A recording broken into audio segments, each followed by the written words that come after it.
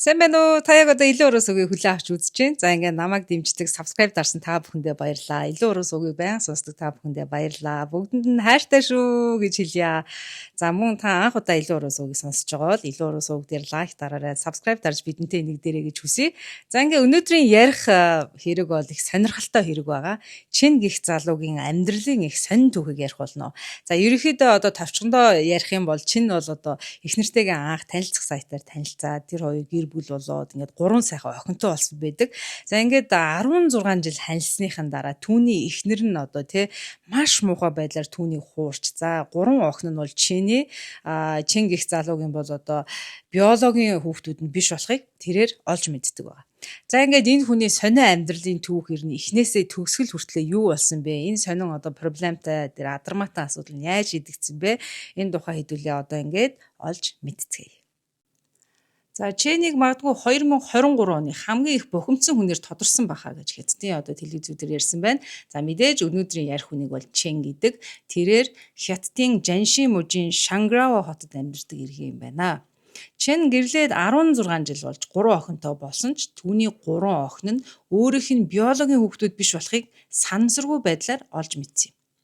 Хэрэг илчлэгдэх үед түүний эхнэр нь 4 дахь хүүхдээ тэгээд жирэмсэн байсан байна. За хэрэг ил болсныг мэдсэн Чэний эхнэр юу хэлэхдээ бол хүүхдүүд заавал чиний биологийн хүүхдүүд байх нь чухал юм уу? Хүүхэдтэй болж чаддгүй хосууд зөндөөл идэг үсттэй. Тэд нар зүгээр л хүүхэд үрчлээд авчдаг үсттэй. Чи тэгээ энэ 3 хүүхдээ зүгээр үрчлээд авцсан гэж бодчих болохгүй байгаа мó гэсэн утгатай зүйлийг Чэнд хэлсэн байдаг. За Чэн гих залуугийн энэ амьдралын хачин түүх бол интернет орчинд нийтлэгдэж телевизийн нэвтрүүлэг тэрээр ярилцлага өгснөөс хойш хятад улсад маш олон хүний анхаарлыг маш богино хугацаанд татсан юм байна. Анх 2007 онд гэрлэлт зуучлалын агентаар дамжуулан Чэн өөрийн эхнэр болох Юу гэх эмэгтэйтэй танилцсан байна. За хятадд сохор болзоогоор дамжуулан эхнэр нөхрөө олох нь бол хэвийн зүйл тооцогддог гинэ. Тэд уулзаад хоёр биендээ татагдсан бөгөөд 2007 оны 11 сард Юу жирэмсэн болсон байна. За ингээд 2008 оны 2 сарын 28-нд энэ хоёр маань маш сайхан нэгжгэр сайхан хурмаа игээд гэрэлтэй албан ёсоор батлуулжээ. Чэн гэрлэхээс өмнө Ханжоо гэдэг хотод бетон зурмгийн машины жолоочоор ажиллаж байсан. За ингээ их нэртэй болсон, анхныхаа охин төрсөн болохоор мэдээж их мөнгө хэрэгтэй болсон учраас тэрээр одоо энэ Ханжоо хот дахь ажилласаа гараад арай өндөр цалинтай том бүхэхтэй ачааны машины жолоочоор одоо ажиллаж холын одоо замд бараа тээврийн жолооч болсон юм. За ингээ холын тээвэрс явах нь бол ерөнхийдөө хятад улсад бол маш хүнд ажилд тооцогддог гэж байна. За Чэн бол айл болох маш хэмнэлттэй амьдарч машиндаа идэж, машиндаа унтаж тийм ээ хол замд олон хоног явсаар авсан бүх цалингаа их нэртэй бүгдийг нь авчирч өгдөг байсан. Олон жилийн турш бол түүний эхнэр Юу бол 3 охин төрүүлж хүүхдүүд орон гэрийн ажил гэсээр бол эхнэр нь бол огт ажил хийж байгаагүй 16 жилийн турш Чэн гэр бүлээ авч явах үүргээ маш сайн биелүүлж тэднийхээ төлөө бол ажиллаж хөдөлмөрлсөөр ирсэн гэнэ. Ер нь бол тэрээр бодохдоо тий эхнэр хүүхдүүд нь л мөнгөтэй төгрөгтэй хоолтой унцтай явж ивэл одоо болоодоо гэж бодож хичнээн хүнд хүчээр ажил хийж байсан ч гэлсэн. Одоо Чин бол гэр бүлтэй аз жаргалтай одоо гэр бүлийнхээ төлөө явж байгаа да аз жаргалтай байдаг гэсэн. 2021 оны 5 сар хүртэл тэдний амьдрал бол одоо амар тайван нэгэн хэвэн үргэлжилсээр байсан байна. Гэвч олон жил гэртээ суусан эхнэр нь гинтл одоо ямар ч найз нөхөдгүй танил талгүй ижиж надад нэг Вуу цаана гэдэг найз үйд юм аа. Би одоо энэ хүнтэй ингээ хамтарч одоо ингээд ажил хийх хэрэгтэй байна гэж нөхөртөө хэлсэн байна. За Чэн тухайн үед энэ Вуу Тан гэх эрэгтэйг бол нэг тоогоогүй бөгөөд за эхнэрээ бол одоо энэ хүнтэй ингэж бизнес одоо түнш болох гэж байгаа юм байна гэж одоо бодоод нэг олон юм бодлого эхнэртэй зөвшөөрсөн. За нэгэн орой 19 цагийн үед Чэн холын тээвэрт гэрээсээ хол явж байгаад эхнэрлүүгээ видео кол хийгээд залгасан. За эхнэр нь болохоор нэг тийм жоохон тухайн үед одоо видео колоор ярихдаа дуу муутай байсан бөгөөд за би хүүхдүүдэд унтуулах гэж байна гэж хэлээд утсаа тасалсан байна. Энэ нь бол Чэнд их сэжигтэй санагдсан бөгөөд тэрээр бодсон байна л да. Дөнгөж оройн 19 цагт тийм ээ хүүхдүүдээ унтуулна гэдэг нь бол хачин байсан. За тэдний 3 охин бол ер нь бол оройн 19 цагийн үед бол нэг унтаад байдаггүй юм байна. Энэ нь бол маш эрт байсан юм байна. За нөгөө талаараа магадгүй бол энэ Чин бодсон байна л да. За эхнэрээ бол энэ 3 хүүхүү тэгэл орон гэрийн ажил. За тэгээ бас нэг шин түнстэйгээ нэг бизнес нээтрээ хийх гэдэг байгаа болохоор магадгүй ядарсан бидтэй гэж бодоод тухайн үедээ юм бодлого орхисон. За ингээд чинийг бол ингээд холын тээвэрт явах үед ингээд эхнэрлүүгээ тийм ээ видео кол хийх бүрт ямар нэгэн байдлаар одоо эхнэр нь нэг л одоо нөхөртөөгөө ярих дургу байгаад байгааг тэгээд тэр хоёрын одоо видео колын яриа нэг л тийм товчхон байгаад байгааг чинь бол ер нь их анзаарсан байна. За чинь утасныхаа байршил тогтоодог тийм програм аппликейшнийг ашиглаад за эхнэрийнхээ яг ингээ хаана байгаа байрлалыг өөрөө ингээ хол тээвэрт явж байхдаа харсан. За тэгсэн чинь түүний эхнэр юу нэгэн зочид буудлын гадаа байна гэж түүний машины одоо GPS нь заасан баг. За ингээд чинь бол одоо ерөөсө шидээд за ер нь эхнэрээ ер нь яг хаана байгааг ерөөсө олж мэдээ гэж одоод ерөөсө тэр тухайн зочид буудлын руу явсан байна. За ингээд зочид буудлын гадаа ирэхэд бол түүний эхнэрийн машин байсан бөгөөд чинь бол тэр буудлал руу орж зүрхлээгүй байна. Тэгээд буудлын гадаа шүнжин эхнэрээ буудлаас гарч ирэхийг чинь хүлээгээд тэр буудлын гадаа хонсон баг. За мэдээж чинь бол дотроо бодохдоо өөрийгөө баг зэрэг буруутгаал те. За би ч одоо бас юу хийгээд байна да. За магадгүй эхнэр нь те ийш тийш ингээд ажиллаар яваа. Тэгээд ингээд ядраад бас гэртээ нэг харихаасаа өмнө буудал нэг чимээгүй ганцаараасаа амарчигээд энэ буудал дүр байрлсан юм билүү дээ. Бас заавал нэг өөр хүнтэй те эрэгтэй хүнтэй ингээд буудал модод ороогүй юм билүү гэж өөрийгөө аявих бодсон. Гэхдээ чинь ер нь эцсийн харъя гэж бодоод буудлын гадаа үр цайлгсан байна. Өглөө болвол. За ингээд маргааш өглөөний 9 цагийн үед эхнэр нь энэ буудлаас нэгэн эрэгтэй хүнтэй бүр нилээн бүр ойр дотн болцсон тий хамт нөгөө нэг ингээл чек аут хийгээл буудлаас ингээл гарах гал ингээд бүр сугалтаас үжирсэн гарч ирсэн баг. За тэднийг харсан чинь уура барьж мэдээж дийлээгүй эхнэрийг нууц амрагтаа хамт хоёулангийн чинь алгадаад нилээн уурлаад энд бол нилээн ширүүн маргаан өргөсөн гэж. За энэ бүхэн бол мэдээж хэн хүний хүсэж байхаар өмөрч байсан баг.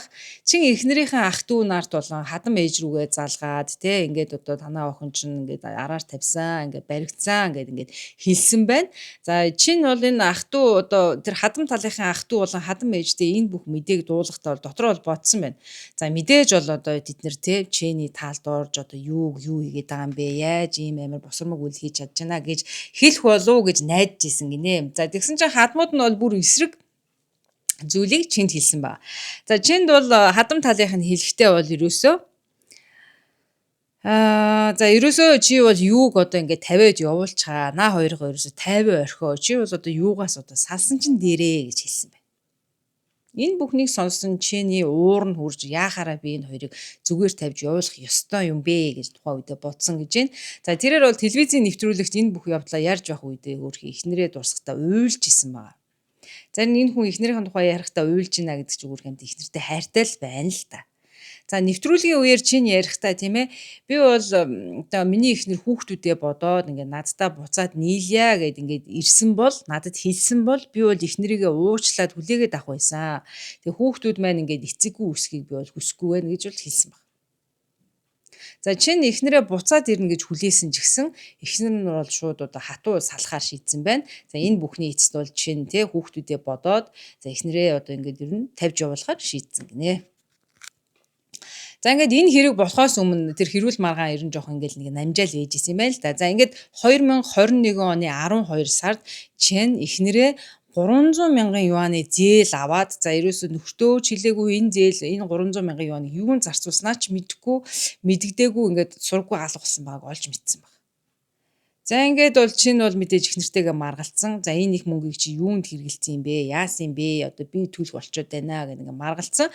За тэгэхэд бол эхнэр нь бол энэ 300 мянган юаныг бол төсөл рүү оруулсан гэж ам алдсан байдаг. Энэ үед л чиний толгойд нэгэн зурс хийсэн бодол орж ирсэн баг. За тэр болохоор юу ингэж утсан байна. За юу буюу одоо түүний эхнэртэй тэр буудлаас гарч ирсэн эрэгтэй бол одоо тэр эхнэртэй хамтарч ажиллана гэдэг байгаа гинт гарч ирсэн тэр Вуутан гэдэг хүн юм байна гэж мэдсэн байна. За ингээд энэ бол чинь бол эхнэртэйгээ нилээд ширүүхэн маргалдаж те одоо маргалцсандаа уур нь бол сүултээ бол одоо эхнэртэй бол одоо гар хүрэх буюу чинь эхнэрээ нэг удаа алгадаад авсан юм. Уура барьж чадаагүй. За ингээд нөхөртөө алгадуулсан юу бол одоо айгүй ихээр уурлаад юу ч дууралгүй, нэг ч үг дууралгүй. За ингээд 3 охиноо орхиод бүх хувцас аваад гэрээсээ яваад өгсөн. Ингээд дахиж ирээгүй. За энэ үеэс бол одоо чин өөрийгөө бол тий 3 охин нь бол магадгүй өөрийнх нь хүүхдүүд биш байх юм байж болох юм байна гэдгийг бол анзаарч эхэлсэн байна. За гэхдээ тэр бол бага охиноо ядч л өөрийнхөө охин мөн бэлгүү дээ эн чинь тий арайч бод 3 хүүхдэн тий ядаж нэг нь мөн баха гэж бодсон байна. За ингээд шинэ бага охиноо өөрийнх нь хүүхд мөн байх гэж бодсон. За яагаад гэвэл түүнд 2 онцлох одоо тийм шалтгаан байсан гинэ. За нэгт бага охин нь ер нь бол гэрийнхнийхээ хинтээж адилхан биш царайтай гинэ. За хоёрт эхнэр нь бол бага охиноо олох үедээ бол чинь бол одоо бэлгэвч хийж эхнэртэйгээ ойрцсон ч гэсэн эхнэр нь бол одоо жирэмсэн болчлоо гэд хэлсэн юм байна. Тэгээ хоёулаа бэлгэвч хэрэгсэн бидтэй яагаад жирэмсэн болцсон юм бэ гэдгсэн чинь түүний эхнэр юу хэлэхдээ бэлгэвч бол ерөөсөө 100% жирэмсээс хамгаалж чаддгүй маа гэж хэлсэн байна. За ингээд бол чиний эхнэртэй итгэсэн. Гэвч одоо энэ бүхнийг эргүүлээд бодоход бол бага охин нь мэдээж одоо өөр хүний хүүхэд байсан тодорхой болсон. За ингээд ээж нь гэр мэрээсээ яваад ингээд маргаан болоод 3 охин нь ингээд ээж аав дээрээ ээлжилж очиод байж их үед бол нэг том охин нь бол аавдаа хэлсэн юм байна л да. За ааваа ээж танаас ингээд салах гэж байгаа гэсэн. Тэгээд ингээд салахтаа болохоор намааг тэгээд баг дүүтэй хамт өөр дээрээ аваад тэгээд дунд охиноо ингээд танд үлдээн гэж ярьж исэн гэж хэлсэн байна. За энэ тухай бодсон чинь хөөрхий дахиад нэг гордлохын найдвар төрсэн заяа. Жир бодохдоо бол тэгж хэлсэн ба. За одоо дунд охин маань ядаж миний охин юм шүү дээ. За би ч одоо хамгийн сүүл бага охиндоо бас том охиндоо ингээд күүртэг гадуур хувц аваад өгсөн. Тэсэн чи бодоод исэн чинь дунд охиндоо күүртэг авч өгөөгүй юм биш шүү дээ. Хөөрхий хуучин хувцтайгаа байгаа юм байна гэж бодоод тэгээд одоо дунд охиноо магадгүй миний хүүхд юм болоо да. Яагаад гэхээр эхнэр нь одоо салахтаа дунд охиноо чинд үлдээн гэж хэлсэн. За ингээд тэрээр ер нь л одоо бага охинлгийн дунд охинлгийн тэгээ ер нь энэ 3 хүүхдээ аль нь миний хүүхд юм бэ гэж бодоод эргэлзээгээ ер нь тайлахын тулд эцэг тогтоолох шинжилгээ өгсөн юм байна. За ингээд шинжилгээний хариу гарахад хамгийн харамсалтай нь 3 охин нь гуруулаа чиний хүүхэд биш гэсэн хариу гарсан. Энэ бол үнэхээр одоо аимшигтай мэдээ байсан.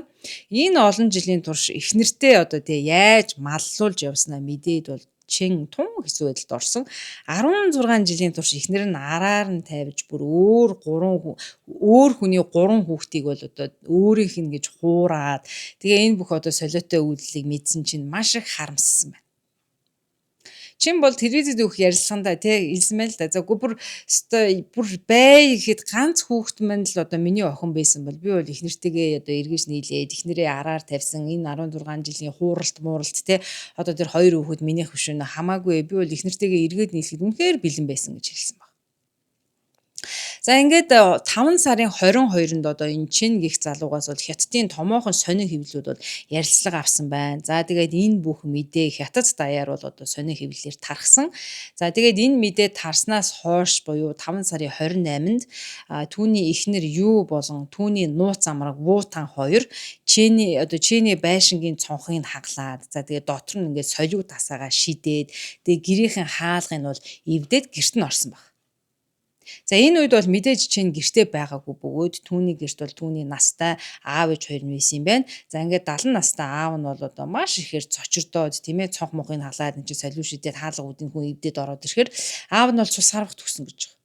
За настай ээж нь бол энэ үйл явдал болоод дууссан бол тэр шөнөө бол унтаж чадаагүй шүнжин одоо сэтгэл санаа нэг хүндгэн байсан гинэ. За энэ Чэний эхнэр бол үнэхээр одоо ичиг нүрээ илгэндээ насын эмэгтэй юм аа гэж хэлэхэд бол болохоор байна. Энэ бүх одоо хувийн өмч рүү халтсан хэргийг бол Чэн бүгдийг баримт нотлохоо болон одоо баримтжуулаад цагдаад мэдэгдсэн юм байна. За бас болоогүй Чэний хадам ээж нь түүнээс бол мөнгө нэхэмжилсэн шүүхээр. За ингээд бол тэр бол хадам ээж нь бол хэлсэн байгаа. За Чэн бол үргэлж эхнэрээ зоддог байсан. Мөн одоо тэр 3 охиндоо айгүй таагүй ханддаг байсан. Тэгээд ч зогсохгүй өстө миний охиныг анхны охиноо төрүүлчихэд байж хад бол Чэн бол одоо эхнэрээ зохиж өшгөлж байсан. За ингээд тосхны хүмүүс л одоо ингээд тэнд байсан. Тэр хоёрыг салгаагүй бол өстө миний охин юу бол одоо Чэний гарт тэр орой бол ерөөсө зодуулаад өөхөх байсан юм а гэж хэлсэн баг. За энэ бүх мэдүүлгийг одоо сонссон Чэнээс бол мэдээж сурвалжлагч те одоо асуусан байна. За тэгэхэд бол Чэн энэ бүхнийг үүсгэсэн бөгөөд тэрээр бол одоо эхнэрээ зодох нь битгий хэл энэ өнгөрсөн 16 жилийн хугацаанд бол нэг ч удаа эхнэрлүүгээ дуугаан өндрөсгөж байсан удаагүй гэж хэлсэн байна. За сэтгүүлч бол бас баталгаажуулах гээд тийм ээ одоо Чэний эхнэр буюу юугаас бол одоо утсаар ингээ ярьслага авсан байна л да. За ингээ таны нөхөр одоо таныг ингээ үнэхээр зодж исэн юм уу? Ер нь байнга зоддог байсан уу? Анхны охиноо төрүүлэхэд ч одоо тэр таныг баг өгтөлчин зодох гэж исэн байдалтай байсан. За ингээ бусад хүмүүс таныг бол ингээ та хоёрыг салгаж исэн юм уу гэхэд бол сэтгүүлчийн энэ асуултанд хариулахаас татгалцсан. За мөн одоо 3 хүүхдийн эцэг буюу одоо чин гэж явж байгаа шүү дээ аль биесээр. За тэгэхэд бол одоо тийм ээ та ингээд яагаад ингээд энэ 3 хүүхдээ одоо ингээд өөр хүний хүүхдтэй хичээд ингээд нөхрийнхээ гэж одоо хэлсэн юм бэ? Чэнийг та яагаад ингээд 16 жилийн турш одоо ингээд хуурж худлаа ярьж явсан юм бэ гэхэд бол ер нь бол түүний ихнэр авч хэлцээгүй бөгөөд эцэг нь ер нь хэн байх нь ямар ч хамаагүй шүү дээ гэж хариулсан. За тэгээд Чэнийг бол одоо тэр эхнэр нь хэлэхдээ те чи ер нь эцэг тогтоолох шинжилгээ мэдлэгээ өгөх гэж гүгээд байх хэрэггүй. Угаасаа охтууд чиний биологийн хүүхэд биш гэж эхнэр нь хэлсэн байгаа. За түүний яг энэ ярьж байгаа бол одоо энэ дуу хоолой бол хятадаар бол одоо энэ тухайн подкастын үед бол сонсогдчихсэн. За тэгэхэд эхнэр нь бол ерөөсөө санаа зовж байгаа юм байхгүй. Ер нь бол түүний дууны байдал тийштэй яадын тэгээ чи ер нь яг яах юм бэ? Чи яаж чадах юм бэ гэсэн үг аястаа бол ерөөсөө ярьж ил. За энэ хэрэг олон нийтэд ил болсноос хойш зарим хүмүүс бол одоо Чэнийг буруутгасан баг. За тэр түүнийг одоо буруутгахдаа юу гэж хэлсэн бэ гэхээр 3 хүүхэд бол одоо хичнээн түүний биологийн хүүхдүүд биш ч гэсэн 10 гаруй жил одоо аава гэж дуудулчаад тий одоо хүүхдүүддээ яаж юм хүүтэн сэтгэл гаргаж чадчихна яаж ингээд салах гээд байгаа юм бэ гэж хэлсэн баг. За ер нь бол хүүхдүүдэд ямарч буруу байхгүй шүү дээ гэж бол тэд ярьж исэн байна. За үүний хариуд бол Чэн хэлэхдээ мэдээж хүүхдүүдэд маань ямарч буруу байхгүй. Гэвч ийм байдалд хүргэсэн ээж болон одоо энэ 3 охины маань одоо биологийн эцэгт хариуцлага хүлээх ёстой үсттэй. Энэ бол миний буруу биш учраас надад руу одоо дайрахгүй, намайг элдв үгээр доромжлохгүй байхыг хүсье гэж Чэн хэлсэн байна. Ер нь бол бусдыг бол хөндлөнгөөс шүүмжлэх амархан энэ хүнийг шүүмжлээд байгаа хүмүүс тийм ээ өөрснөө ийм Чэн шиг нөхцөл байдалд орсон бол яах байсан юм бэ? Шүүмжлэгч нар альваг хөндлөнгөөс харж байдаг ч гэлээ хохирогчийг одоо юу мэдэрч байгаа зүрх сэтгэл нь яаж хэмлэгдэж байгааг тэд бол мэдэрч чаддаггүй шүү дээ гэж сэтгүүлч хэлсэн байна. За ингээд бол Чэн нэр төрөө хамгаалахын тулд тийм ээ эхнэрийг нууц амрагтай нь шүүхэд өгсөн. За нэрээ нууцлсан нэгэн хүнээс бол энэ шүүхэд өгснөөс нь хойш бол Чэнд 150 мянган юаныг бол бэлнээр илгээсэн бөгөөд тэрээр бол одоо нэг богино загталтаа энэ бүх асуудлыг ингээд дуусгая гэсэн санал болгосон. За Чэн энэ 150 мянган юанаас татгалцсан бөгөөд би бол мөнгө хүсээгүй, би бол нэр төрөө сэргээж шудраг ёс тогтоохыг хүссэн юм аа гэж хэлсэн байна. За ингээд энэ маргаан өрнөөд энэ олон нийтэд бол энэ хэрэг ингээд шууган тарьж хооронд бол Чэний эхнэр 4 хүүхдээ төрүүлсэн байна. За та бол мэдээж мэдхийг хүсэж байгаа бах. Түүний 4 хүүхэд магадгүй Чэний хүүхэд мөн ч юу байх байсан юм бэлүү те. Ингээд бол мэдээж энэ 4 хүүхдээс бол одоо албан ёсны эцэг тогтоолох шинжилгээ авсан байна. За харамсалтай нь энэ хүүхэд бас л Чэний хүүхэд биш болох нь тогтоогдсон. За ингээд 2023 оны 12 сарын 28-нд Чэний эхнэр одоо юугээсээ тийм ээ гэрэл цуслуулахыг бол албан ёсоор ингээд нэхэмжил өгсөн байсан. За энэ нэхэмжлэлийг Хятад улсын Жанши мужийн ардын шүүхэд хянан хэлцжээ. За шүүхээс Чэний 3 хүүхдэд тийм ээ. За Чэнд бол 3 хүүхдийн тэтгэлэг тогтоох бол үндэслэлгүй гэж үзсэн байна. Энэ 3 охинд бол Чэн албан ёсны эцэг биш учраас. За албан ёсны эцэг нь бол тогтогдсон шүү дээ. Тэр Вутан гэдэг хүн бол энэ 4 хүүхдийн эцэг нь болж гарсан. За ингээд мөн одоо энэ Чэнийг 16 жилийн турш ингэж хууран мэхлэгдэж, хууртагдж явсан учраас түүнийг бол одоо сэтгэл санааны хохиролд бол 500 мянган юаныг эхнэр юу бол одоо төлөх ёстой гэж шүүхээс тогтоосон байна. За гэвч энэ шүүх хуралд бол Чэн ч очоогүй, түүний эхнэр юу ч очоогүй учраас одоо хэргийг шүүхээс хянан хилцээгүй байна. Ерөөсөө энэ шүүх хурал бол хүчинтэй гэж үзээгүй. За хэрэг эцэслэн одоо шийдвэрлэгдээгүй учраас хүмүүсийн дийлэнх нь одоо Чэний талд байна. За ингээд түүний юу гэх юм одоо эхнэр болох юу гэх эмэгтэйг нь тийм ээ маш ёс суртахуунгүй, увайгүй эмэгтэй байна. За энэ эмэгтэй бол одоо ичгүүр сонжуургүй ийм үйл хийж ийн гэж бол ерөөсөө албан ёсоор шүүхээс ч одоо буруутай гэдгийг тогтоосон байна. За ингээ Хятадын ард түмэн ч гэсэн одоо энэ эмэгтэйг бол одоо буруутгаж байгаа юм байна. За ингээ өнөөдрийн маань дугаар үүгээр дуусч байна. Хүлээн авсан та бүхэндээ маш их баярлалаа. За дараагийн дугаараар дахин уулзъя. Баяр таа.